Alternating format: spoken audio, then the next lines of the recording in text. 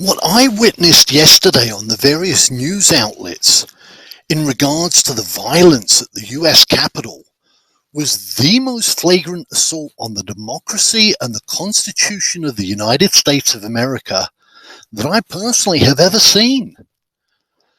Trump has been claiming that the United States elections have been rigged and need to be overturned through violence for a while.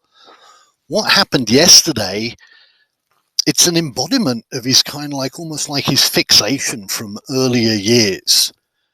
In 2012, when Barack Obama won his second presidential term, Trump was already, it's like he was honing, fine-tuning, testing, experimenting how his words and his rhetoric would fan the flames of dissent and divisiveness.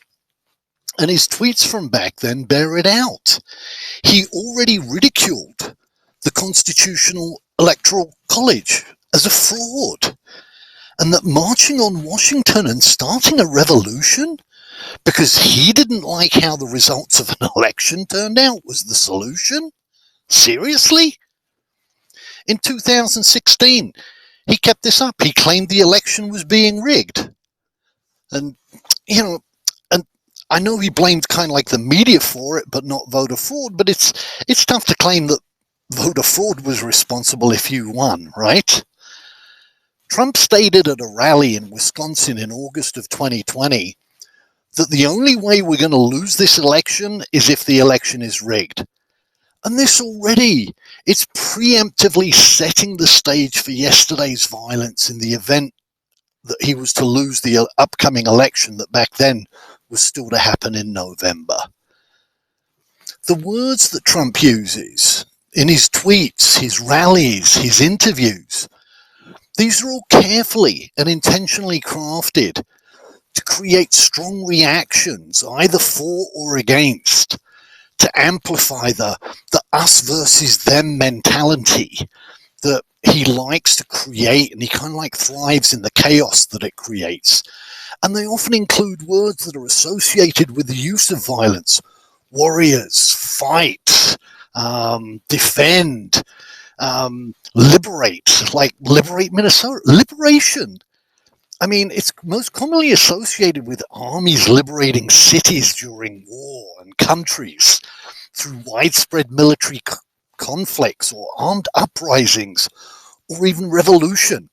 You remember the tweet that I had just shown about him marching on Washington and starting a revolution back in 2012?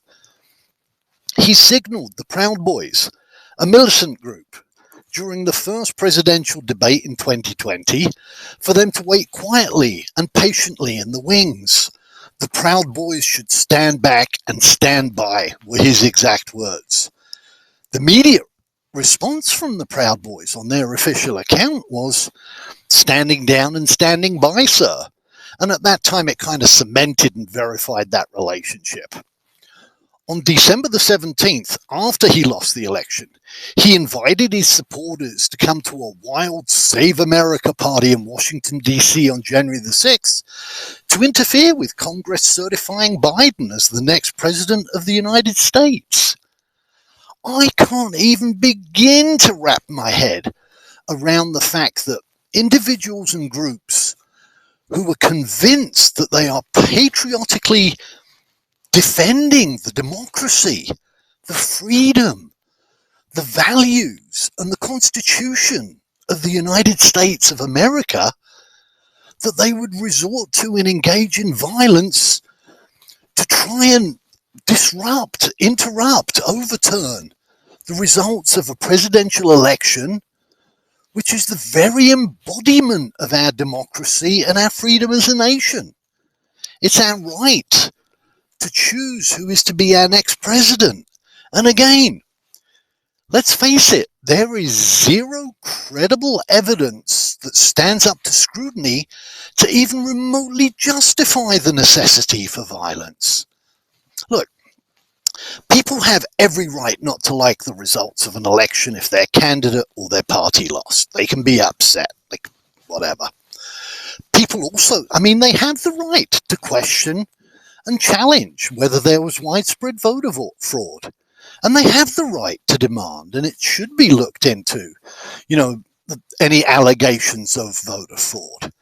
And the issue at point here is they were, by the FBI, by the Department of Justice, by numerous fraud election committees and state and federal agencies, all, and I repeat, all of whom found there to be zero evidence of widespread voter fraud. And those findings were confirmed by over 60 court cases, including 2 in the Supreme Court. They were either rejected or dismissed due to lack of evidence or standing. People also have the right not to accept those findings, but it's like people have the right to believe that the moon landings were fake, or they have the right to believe that the earth is flat, and they have the right to speak their mind and express their opinions in order to explain and justify those opinions and their point of view. There is, however, no justification for the violence in the MAGA riots at the US Capitol yesterday, just like, in my opinion, there's no justification for the violence and looting and rioting during the BLM protests. It's wrong, period. It's not a matter of whether, it's lefties protesting and rioting or it's righties protesting and rioting. Whatever, regardless of what your political beliefs are, whether you lean towards the left or you lean towards the right, by resorting to violence, you lose the right to portray yourself as a victim, as the injured party, that justice isn't being served, because you have now chosen and decided to administer your own style of justice through violence. It's like vigilantism. It's so self-serving, and it tramples on the rights of others, and it telegraphs the message of my rights are more important than your rights. When it tramples on our democracy and on our Constitution, that isn't patriotism. That isn't being a patriot. That's called treason, plain and simple. In closing, here's a final tweet from Trump in 2012 regarding the Olympics and allegations of cheating.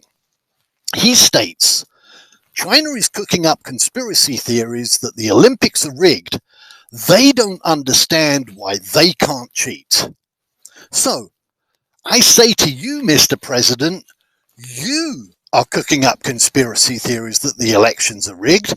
You don't understand why you can't cheat.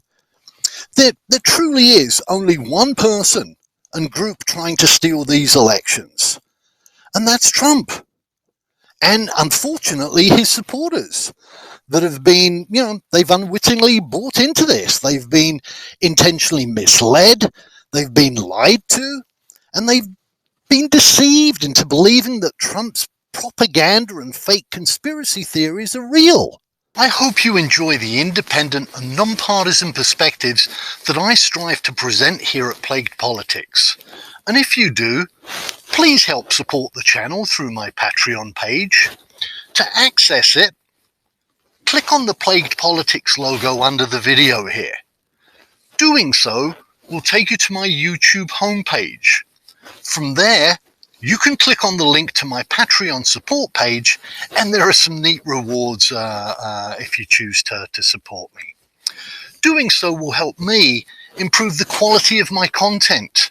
The equipment, you can probably tell I'm in need of a microphone, professional one, as well as the software, and to be able to dedicate the considerable amount of time and other resources that are needed to create these videos. And please, leave a comment or a criticism down below. It is my genuine goal to try and respond to each and every one of them when possible. Thank you so much for watching and also for supporting.